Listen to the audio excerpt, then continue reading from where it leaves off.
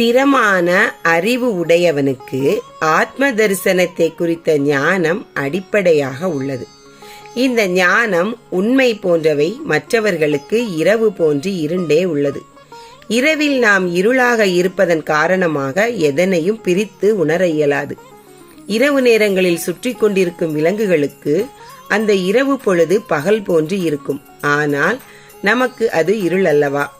இதே போன்று பரமார்த்த தத்துவம் என்பது ஞானமற்றவர்களுக்கு எப்போதும் இருளாகவே உள்ளது.